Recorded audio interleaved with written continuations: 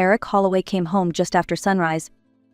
His keys hit the entryway table with the familiar metallic clink, shoes by the door, jacket tossed over the chair, all the ordinary sounds of a husband returning home. Except nothing about this morning was ordinary. I was sitting at the kitchen table when he walked in. My coffee had gone cold hours ago. I had not slept. I had spent the entire night watching the clock slide past midnight on the day after my birthday, knowing exactly where my husband was and choosing not to imagine it anymore. Eric stood in the doorway and looked at me like I was the one creating tension. "You are overreacting," he said casually, as if he had not disappeared all night. I looked at him and noticed something that would stay with me forever. He looked tired, but he did not look guilty. There was no urgency in his voice, no shame in his eyes, just mild annoyance, like I was inconveniencing him by being awake. "She was struggling, Grace," he added. "Lauren had a panic attack. What was I supposed to do, ignore her?" I did not answer. "Babe, come on." His voice softened into something meant to sound reassuring. "She is going through a hard time. She just needed someone." I finally spoke. "You did not answer your phone. I called you 6 times. It was on silent. I did not see them until this morning," he said, shrugging. That shrug did it. In that moment, something inside me did not break, it settled. I looked down at my left hand. The wedding ring sat there quietly, a thin gold band I had once loved more than anything. Without saying a word, I slid it off my finger and placed it on the table between us. Eric stopped talking. "What are you doing, Grace?" I stood up. For the first time in years, my legs felt steady. I had not always been this quiet. Before Eric, I was the woman people noticed. I laughed loudly, spoke freely, and said what I thought without apologizing for it. My friends used to joke that you could hear my laugh from across any room. I took up space without asking permission. Somewhere along the way, that woman faded. It did not happen all at once. It never does. It happened in small moments that felt harmless at the time.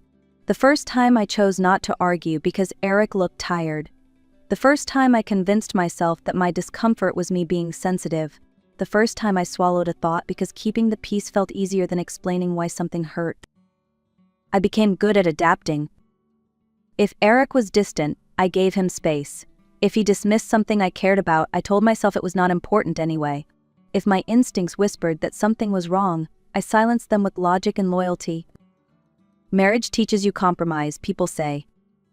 What no one tells you is how easy it is to confuse compromise with self-erasure. I stopped asking questions that might lead to uncomfortable answers. I learned how to read Eric's moods before speaking.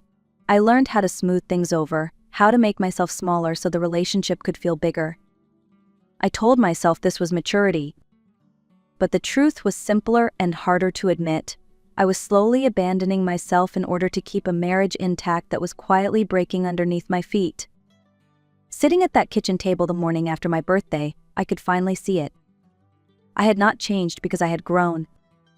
I had changed because I had learned how to disappear. Lauren had always existed on the edges of our marriage. Eric mentioned her early in our relationship, almost casually, like he was checking a box. High school sweetheart. 4 years together. The kind of bond that never really goes away, he said, smiling like it was a harmless piece of history. I smiled back. I told myself mature adults could stay friends with their exes. I wanted to be secure, reasonable, the kind of woman who did not feel threatened by the past. At first, it really did seem harmless. A message here and there, a casual mention of grabbing coffee. Eric would bring her up in conversation so easily that questioning it felt petty. I did not want to be the jealous wife who read too much into things. But there were signs. I see that clearly now. His phone lighting up late at night, turned slightly away from me. Messages he answered quickly, then put the phone face down on the table. Laughs he did not explain. Conversations that stopped when I walked into the room. Once I found an earring in his car, not mine, small, silver, definitely not something I owned. Eric laughed when I showed him. "It must have been there forever," he said, "probably from before we even met." I believed him because believing him was easier than imagining what the truth might be.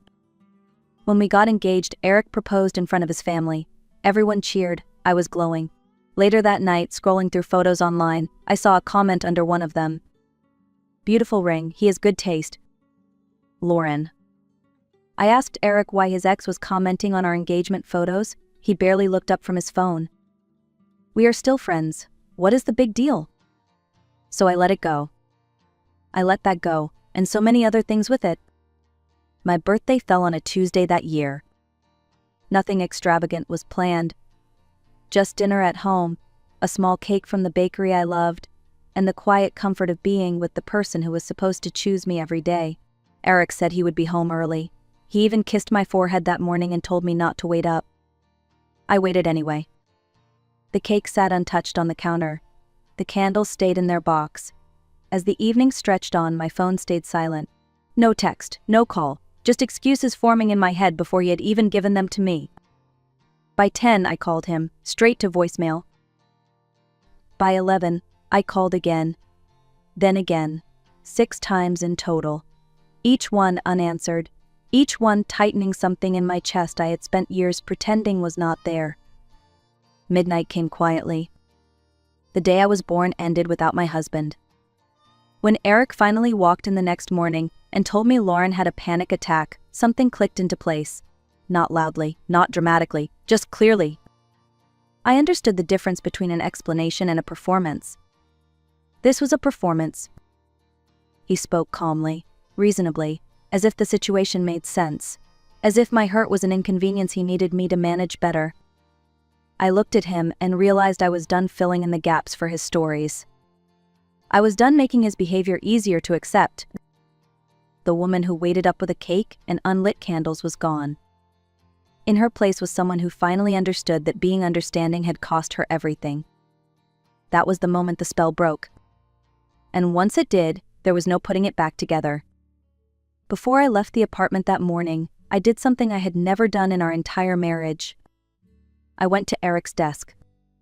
His laptop was open, the screen dimmed but still awake, like it had been waiting. I stood there for a moment, my hand hovering above the trackpad. Trust had always been my rule. I told myself marriage only worked if you believed the person beside you. What a convenient belief that had been. My fingers moved before my fear could stop them. I did not know exactly what I was looking for. I only knew I could not leave without knowing the truth. The messages were easy to find. There was a conversation labeled Mom. I almost closed it out of habit.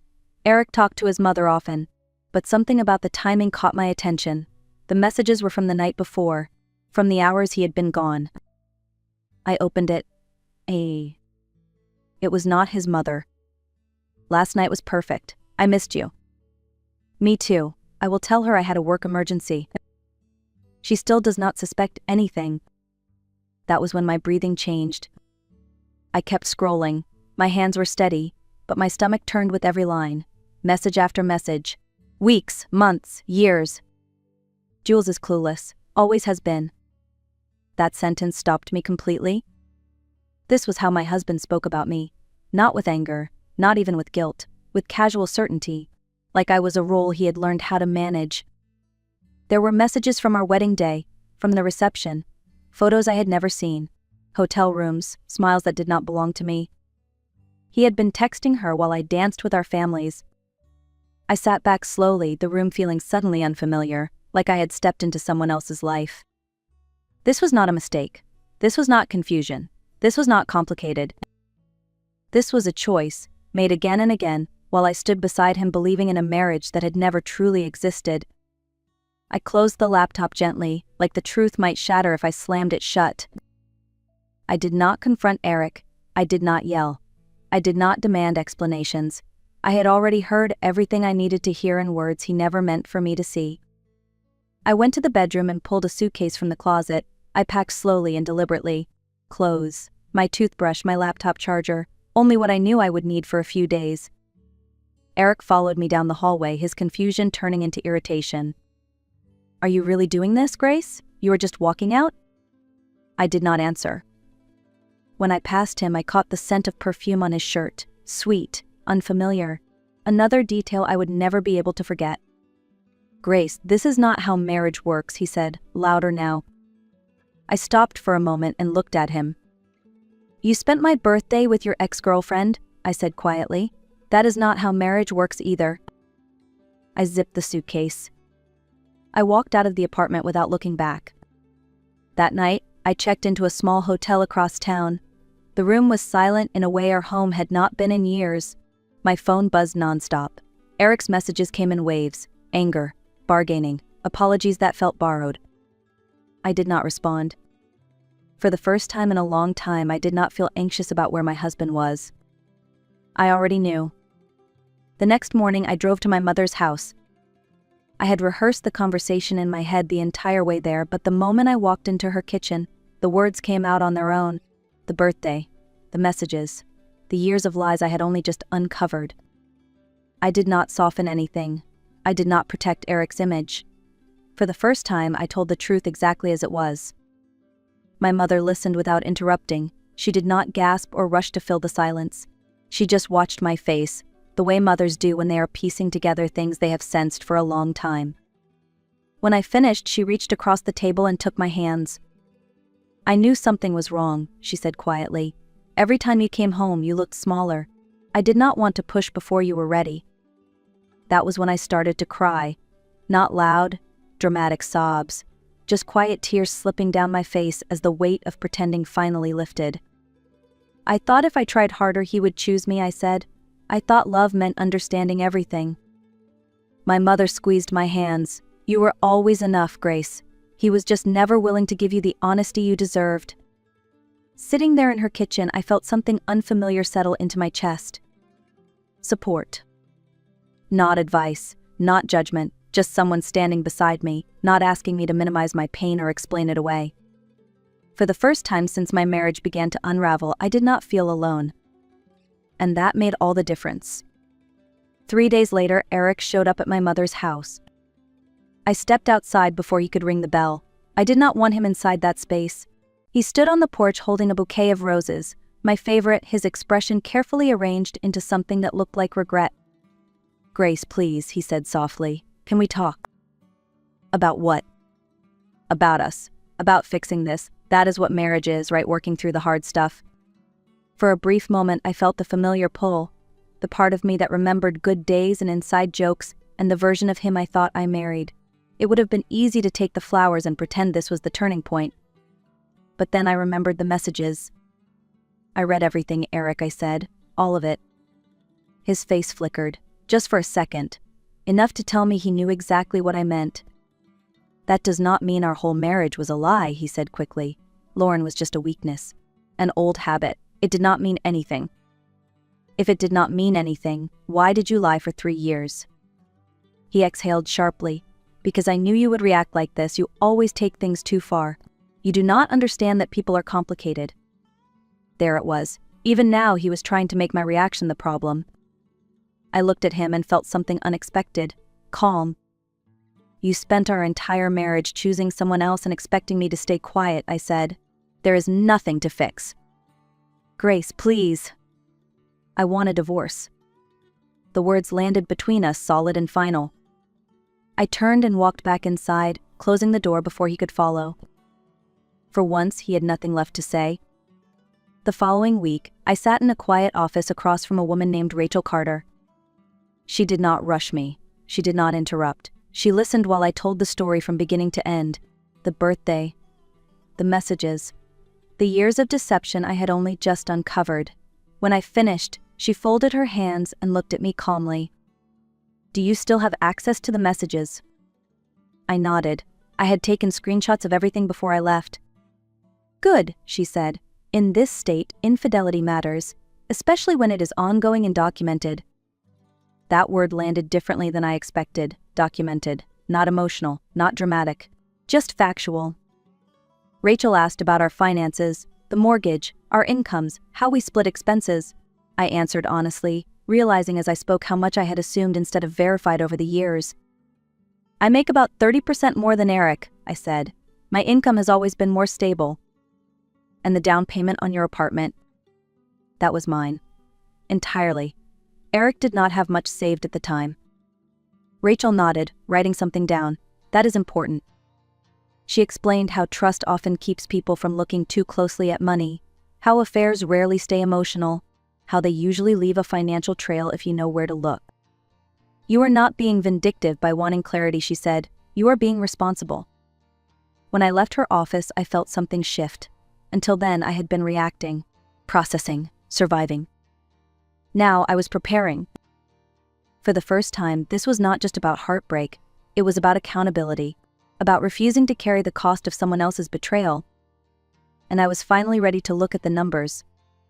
That night, I logged into our joint bank account. Eric and I had always kept most of our finances separate. The joint account was for shared expenses, rent, utilities, groceries. I had stopped checking it closely a long time ago. Trust makes you careless in ways you do not notice until it is too late. The transaction history told a story I had not been paying attention to. Small withdrawals at first, then larger ones, transfers to an external account I did not recognize, restaurant charges in parts of the city Eric and I never visited together, weekend expenses that did not match any trip I remembered taking. Then I saw the jewelry store charge. $800. My chest tightened. Eric had never given me a necklace like that, not for my birthday, not for our anniversary, not ever. I kept scrolling. There was a hotel charge from Austin. A weekend he had called a sales conference. The hotel was not near any conference center, it was a resort. I pulled up his messages and matched dates, the same weekends, the same nights. Every lie lined up perfectly with the transaction. This was not carelessness, it was intentional. He had been funding his affair with money that belonged to both of us. Money I had earned. Money that was supposed to be building our future. I opened a spreadsheet and began documenting everything: date, amount, description. I cross-referenced charges with messages and calendar entries. When I finished, I had over 30 pages of organized records. I emailed everything to Rachel. "Let me know what else you need." When I closed my laptop, I felt something unfamiliar settle in. The anger was still there, but it had changed. It was no longer sharp or consuming. It was focused. Eric had spent years believing I would never look closely enough to notice. Now I was looking. And what I was seeing was going to cost him far more than he expected. The divorce papers reached Eric 2 weeks later. I knew the moment he received them because my phone started vibrating non-stop. The messages moved quickly from anger to disbelief to desperation. "You are making a huge mistake. You are going to regret this. I never thought you could be this cruel." Then, 20 minutes later, "Can we please just talk?" I did not respond. What I did not expect was how quickly he shifted strategies. My mother mentioned that Eric had stopped by, unannounced, crying on her porch and asking her to talk some sense into me. My brother received a long message about how worried Eric was about my mental state, how I was under so much stress and making impulsive decisions. Then my workplace called. My manager asked me to step into her office that afternoon. She closed the door gently and looked at me with concern. "Your husband called this morning," she said. "He wanted to warn us that you might be struggling personally and that it could affect your judgment at work." For a moment, the old instinct flared, the urge to protect him, to soften the truth, to make things easier. But I was done doing that. "My husband cheated on me throughout our entire marriage," I said calmly. "I am divorcing him. He is not taking it well." She nodded slowly. "I am sorry you are dealing with this, and for what it is worth, no phone call from a bitter spouse changes how we see your work here." That night, I called Rachel and told her everything. "Document it all," she said. "If this continues, it strengthens your case." Eric thought controlling the narrative would save him. Instead, he was only proving how far he was willing to go to avoid facing the truth. A few days later, Rachel called me with a tone I had not heard from her before. Focused, almost pleased. "I finished reviewing the property records," she said, "and something important came up." My stomach tightened. "What is it?" "The down payment on your apartment came entirely from your personal savings, not partially. Not mostly, 100%. "I already knew that," I said. "Eric did not have much saved back then." Rachel paused. "And the agreement you mentioned, the one where he was supposed to contribute more to the mortgage to balance that out, was that ever put in writing?" I thought back. The conversations, the promises, the trust. "No," I said quietly. "It was just something we agreed on." Rachel's voice stayed calm. "The payment history shows that for the past 2 years, You have both paid exactly 50% of the mortgage. He never increased his share. I felt a slow wave of disbelief. I had never noticed. I had trusted the numbers because I trusted him. This changes things, Rachel continued. You contributed the full down payment and half the mortgage, while he diverted marital funds to an affair. Your equity is significantly higher. She explained what that meant. How fault and financial misconduct could justify an unequal division of assets. How this was not punishment but correction. When the call ended, I sat in silence for a long time. Eric had taken my trust, my money, and my silence for granted. But he had also left behind proof. For the first time since my world cracked open, I felt something close to hope. Not the fragile kind that depends on someone else. The solid kind that comes from standing on the truth. The court date arrived 6 weeks later. I sat beside Rachel in a quiet courtroom that felt smaller than I expected. Eric sat across the aisle with his attorney, avoiding my eyes. The man who once spoke so confidently about everything now looked tense, his shoulders slightly hunched, his jaw tight. Rachel began with the financial records. She laid everything out slowly and methodically. The joint account Eric had opened with Lauren, the steady transfers of money over more than a year, the jewelry purchase, the hotel stays, the resort weekends labeled as work trips. Each transaction was dated, each one connected to messages and calendar entries. Eric's attorney objected more than once, but the judge listened, flipping through the documents with careful attention. Then Rachel introduced the messages. Not all of them, just the ones that mattered most. The ones from our wedding day. The ones where Eric joked about how I would believe anything. The ones that showed this was never a mistake or a moment of weakness, but a pattern that existed before, during, and after our marriage. The courtroom was silent. When the judge finished reviewing the evidence, she looked directly at Eric. Mr. Holloway, is there anything you would like to say in your defense? Eric glanced at his attorney, who gave a subtle shake of his head. There was nothing left to explain. The truth had already spoken. The ruling came shortly after. I was awarded full ownership of the apartment. Eric was ordered to reimburse over $12,000 in misappropriated marital funds.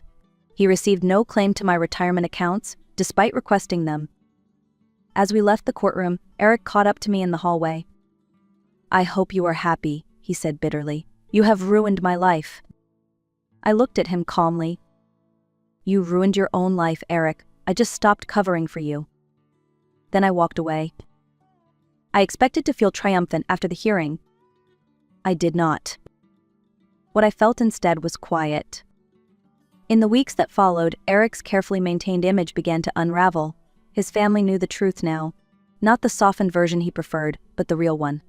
The messages. The money. The lies that stretched back years. Friends who used to laugh easily around him grew distant. Invitations stopped coming. Conversations became shorter, polite, careful. Lauren disappeared from his life not long after the ruling. The secrecy that had once made their relationship exciting was gone. There was nothing romantic about court documents and repayment schedules. Eric tried to reach me more than once, long messages about how unfair everything was, about how I had taken things too far, about how I could have handled it privately. I did not respond. Something important had shifted inside me. I was no longer angry enough to argue or hurt enough to explain myself. He was not my responsibility anymore. What surprised me most was the absence of satisfaction. I did not feel joy in his discomfort. I did not feel vindicated. I felt free. For years I had carried the weight of his choices without realizing it.